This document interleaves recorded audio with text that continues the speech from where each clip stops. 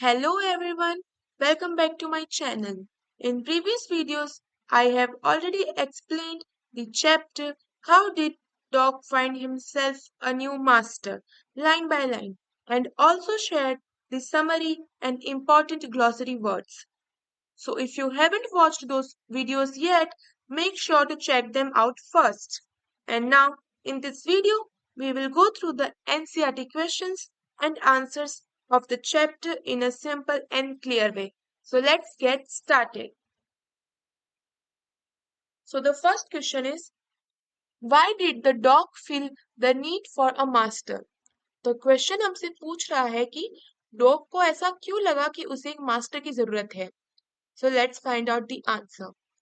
The dog felt the need for a master because he was tired of wandering about all by himself and being scared of those who were stronger than him.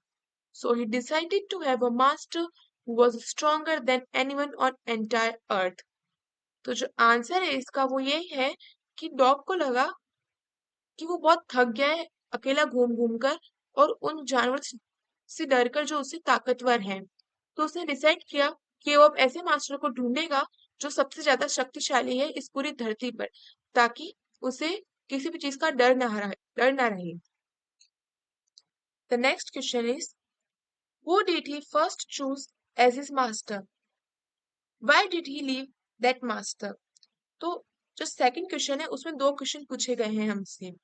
पहला question पूछ रहा है कि सबसे पहले dog ने किससे अपना मास्टर चुना, और दूसरा क्वेश्चन पूछ रहा है कि उसने अपने पहले मास्टर को क्यों छोड़ दिया. So let's find out. He chose Wolf as his master. He left Wolf as his master because the wolf was scared of bear. The dog wanted to serve a master who was stronger than anyone on earth. So he left the wolf. तो dog ने सबसे पहले wolf को अपना master चुना था. उसने wolf को इसलिए छोड़ दिया क्योंकि वो बेयर से डरता था. पर डॉग को तो सबसे शक्तिशाली मास्टर चाहिए था जो इस पृथ्वी पर हो, इसलिए उसने वुल्फ को छोड़ दिया.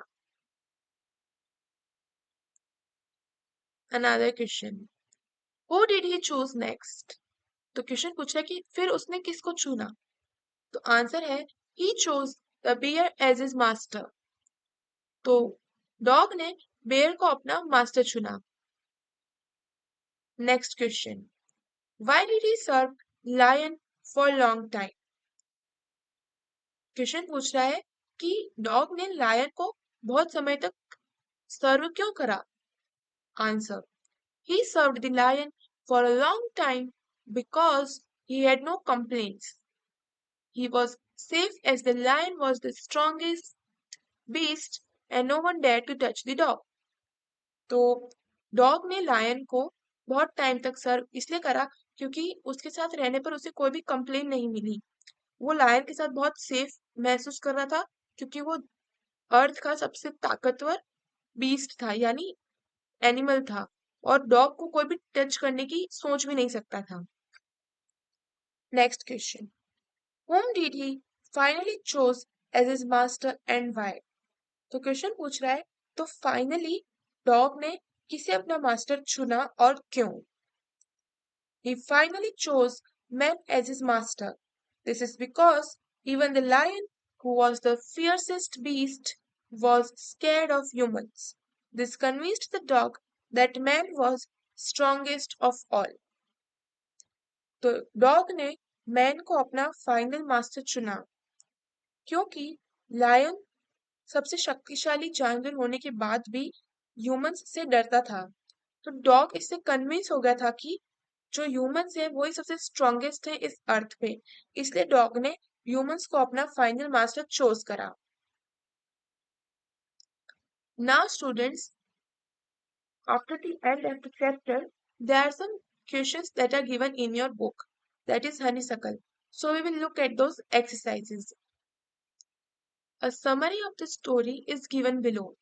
Fill in the blanks to complete it, taking appropriate phrases from the box. तो हमें इस एक्सरसाइज में क्या करना है कि फिल इन द ब्लैंक्स करना है, जिसके आंसर हमें ऊपर बॉक्स में दे रखे हैं. तो हमें सिर्फ उन्हें ढूंढना है और देखना है कौन सा फ्रेज सही जगह पर अप्लाई हो रहा है. So let's start. This is the story of a dog who used to be his own master. He decided to find a master stronger than anyone else. First, he found a wolf, but the wolf was afraid of the bear. The dog thought that the bear was the strongest of all. After some time, the dog met a lion, who seemed the strongest. He stayed with the lion for a long time. One day, he realized that the lion was afraid of men. To this day, the dog remains man's best friend. तो देखिए students, मैंने इनके answer already fill कर लिए हैं, तो इससे आपको काफी हेल्प रहेगी. दूसरी बात ये है कि ये जो पूरा पैराग्राफ है, ये एक तरह की समरी है इस पूरे चैप्टर की. ठीक है, तो आप इसे भी, अगर एग्जाम में पूछा जाए कि अपनी समरी बताओ इस चैप्टर की, तो आप इसे भी फ्रेम कर सकते हैं. Next exercise.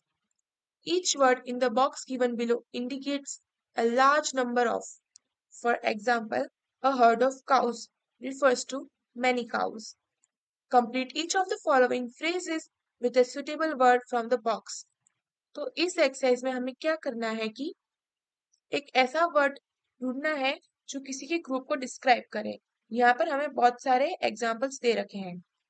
तो शिप्स के झुंड को कहते हैं फ्लीट. बहुत सारे फ्लावर्स को कहते हैं बंच. बहुत सारे चिक्स यानी उनके ग्रुप को कहते हैं ब्रूड. कैटल, कैटल के झुंड को कहते हैं हर्ड. स्टिक्स, बहुत सारे स्टिक्स को कहते हैं बंडल यानी एक बंडल ऑफ स्टिक्स. बहुत सारी शिप्स को कहते हैं flock, a flock of ship. Fish, एक बहुत सारे फिशेस को कहते हैं स्कूल यानी कि school of fish. Wolves, Wolves जो है वुल्फ का प्लूरल है. वुल्फ मतलब एक भेड़िया और वुल्स मतलब बहुत सारे. तो बहुत सारे भेड़ियों के ग्रुप को कहते हैं pack, pack of Wolves. Make nouns from the words given below by adding ness or et. For some words, we need to add just t or y. तो हमें क्या करना है, जो वर्ड्स दे रखे हैं उन्हें नाउन में कन्वर्ट करना है. उसके लिए हमें ऊपर वर्ड्स भी दे रखे हैं जिससे वो नाउन में कन्वर्ट होंगे.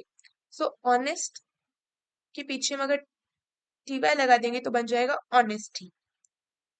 Kind, kindness. Cruel, cruelty. calm, calmness. Sad, sadness. Active, activity. Creative, creativity. Sincere, sincerity. Cheerful, cheerfulness. Bitter, bitterness. Sensitive, sensitivity. Great, greatness.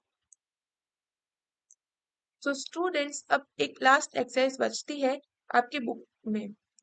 इस एक्सरसाइज में हमें क्या करना है कि 6 वर्ड्स हॉरिजॉन्टली फाइंड करने हैं और 6 वर्ड्स वर्टिकली फाइंड करने हैं. तो मैंने ऑलरेडी मार्क कर रखे हैं 6 हॉरिजॉन्टल वर्ड्स और 6 वर्टिकल वर्ड्स सर्च करके. तो पहले देखते हैं 6 हॉरिजॉन्टल वर्ड्स. फर्स्ट है हेस्टी, दूसरा है रेडी, तीसरा है फियर्स, चौथा है स्ट्रॉन्ग, पांचवा है गुड और छठा है frightened. So now let's look at the 6 vertical words. Angry. Next is worse. Third is surprised. Fourth is free. Fifth is loyal. And sixth is quiet. So इसी के साथ स्टूडेंट्स, मैंने आपको पूरा चैप्टर कंप्लीट करा दिया है. मैंने पिछले वीडियोस में एक्सप्लेनेशन लाइन बाय लाइन भी डाला है और समरी और ग्लॉसरी भी डाल रखी है. और इस वीडियो के साथ हमने क्वेश्चन आंसर्स भी कंप्लीट कर लिए हैं. I hope all your doubts are now clear after going through this NCERT solutions. If this video helped you, don't forget to like, share, and subscribe to my channel for more such easy and complete study help. Comment below which chapter you want me to cover next. Thanks for watching and keep learning.